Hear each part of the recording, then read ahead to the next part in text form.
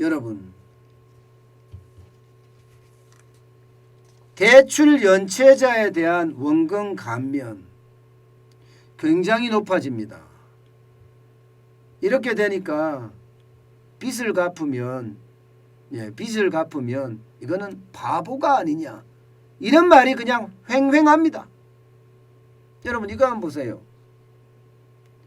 대입변제 이후에 1년이 지난 대출금은 원금 감면률을 70%까지 해준다고 해요. 70%까지. 이게 대입변제란 말이 좀 어렵죠. 예. 그리고 원금 감면율 70% 해준다는 거, 이거는 쉽잖아요. 그럼 대입변제가 뭔지만 알면 되잖아요. 대입변제라는 게 쉽게 말하면 보정부 대출에, 보정부 대출, 누군가 보정을 서서 대출을 받은 거예요. 누가 대출을 서주느냐? 신용보정기금, 서금원이라고 이야기하는 서민금융진흥원, 여기서 이제 보정을 썼습니다. 그리고 서민이나 혹은 취약계층이 돈을 쉽게 말하면 빌린 거예요. 빌렸는데 이거를 못 갚는 겁니다. 이거를 못 갚아요.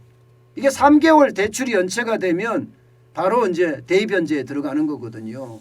3개월 대출을 못 갚으면, 그럼 대입변제가 들어가면 어떻게 됩니까? 이게 결국은 보정기금에서 대신 갚아주는 거잖아요. 대신 갚아주는 거예요. 뭐 보정기금이나 서민금융진흥원에서 대신 갚아줬으니까, 이제 실제로 대신 갚아줬으니까 나한테는 구상권을 청구해야 될 거 아니에요? 근데 구상권을 청구하기 전에 이 원금의 70%까지도 감면을 해준다는 겁니다. 야, 참 이런 걸 보면 솔직히 참 아쉬워요. 그러면 성실히 갚는 사람은 뭐예요? 이게 보정부 대출을 우리가 여기저기서 많이 받아서 나 못 갚겠다 이렇게 하면 어떻게 돼요? 나 못 갚겠다. 그럼 정부가 갚아준다는 거잖아요. 쉽게 말하면 정부가 갚아준다는 거예요. 이걸 보시면 그렇게 돼 있습니다.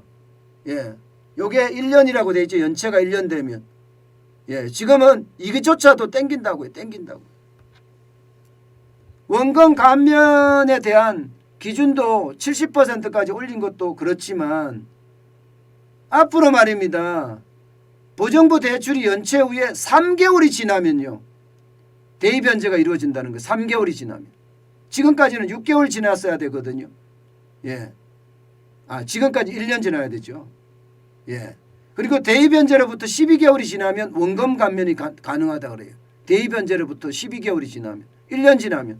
그러면 1년 지나면 원금 감면이 가능한데 이것을 6개월로 땡긴 거예요. 6개월로. 그죠? 6개월로 땡겨서 30% 이상, 많게는 70%까지 원금 감면을 해준다는 이야기잖아요. 자, 이런 걸 보면 여러분 진짜 안타까워진다는 거예요. 결국 말입니다. 지금 문재인 정부는 또 쉽게 말하면 퍼주기 하는 겁니다. 가게가 열심히 벌어서 꼬박꼬박 원금도 갚고 이자도 갚고 이런 사람들에게 전혀 혜택을 주지 않는다는 거예요. 오히려 말입니다. 떼먹은 이들에게 빠져나갈 구멍을 만들어준다는 것. 그것도 구멍도 굉장히 넓혀준다는 것. 이게 솔직히 말이 됩니까, 여러분? 저는 이게 말이 안 된다고 생각해요. 말이 안 된다고. 그러니까 많은 사람들이 빚 갚으면 바보라는 이야기가 나오죠. 빚 갚으면. 진짜 빚 갚으면 바보라는 이야기가 나오죠. 그래서 더 안타까운 거죠. 그래서 더 안타까운 겁니다. 문제는 여러분, 이렇게 되면 말입니다. 예를 들어서 내가 돈을 빌렸는데 안 갚는다고 쳐요. 내가 빌렸는데 안 갚는다고 쳐요. 지금 안 갚게 되면 결국 대입변제를 해줄 거 아니에요? 신용보정기금이나 서민금융진흥원에서 대입변제를 대신 갚아주고 나면 그 다음에 원금 깎아줄 거 아니에요? 그것도 70%까지 깎아준다고 하니까 이제는요, 그냥 돈 빌리고 기다리고 깎아주면 또 다시 돈 빌리고 이래야 되나요? 여러분, 시장이라는 건 이렇게 하면 안 돼요. 저는 고성범 금융위원장을 지금까지 굉장히 높이 샀잖아요. 후배들에게 신임도 좋고 또 앞으로 원리 원칙을 따져가면서 우리 금융시장을 발전시킬 인물이다. 저는 그렇게까지 솔직히 생각을 했어요. 여러분들에게 제가 말씀은 안 드렸지만 실제 그 정도 생각했습니다. 그런데 지금 죄송합니다. 그냥 쓰겠습니다. 하는 짓을 보니까요. 싹수가 놀았습니다. 이 사람도 권력에 그냥 심취해 있는 사람이에요. 권력에. 이게 대한민국이나 대한민국 국민들을 위해서 일하는 것이 아니라 자신의 영달을 위해서 일한다는 느낌밖에 들지 않습니다. 그게 권력에 심취한 사람들이거든요. 권력의 개노릇을 하는 사람들이란 뜻이에요. 저는 그런 걸 보면서 참 고성범 금융위원장에게 너무 많은 실망을 했습니다. 게다가 지금 금융산업 자체가 지금 깨졌잖아요. 금융산업의 기본이라고 이야기하잖아요. 핵심은요. 신용입니다. 신용. 그런데 이 신용이 다 깨졌어요. 고신용자, 성실상환자에게는 오히려 우대금리를 주고 인센티브를 주는 게 이게 일반적이잖아요. 그런데 웃긴 거는 고신용자에게는 금리가 더 세. 심지어 말입니다. 담보가 있는데 담보금리보다 신용대출이 더 세.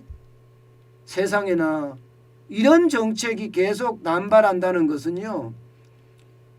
금융산업의 핵심인 신용을 깨트린다는 거예요. 아니 깨트렸다는 거예요. 그럼 어떻게 되겠습니까? 금융산업이 무너지는 겁니다. 금융산업 자체가 무너지는 겁니다. 지금처럼 이렇게 대통령 선거 3개월 남았다고요. 표심의식에서 현금 살포하고 선심성 정책만 이렇게 남발하는 것, 여기에 정부가 동조한다는 것 참 안타깝습니다.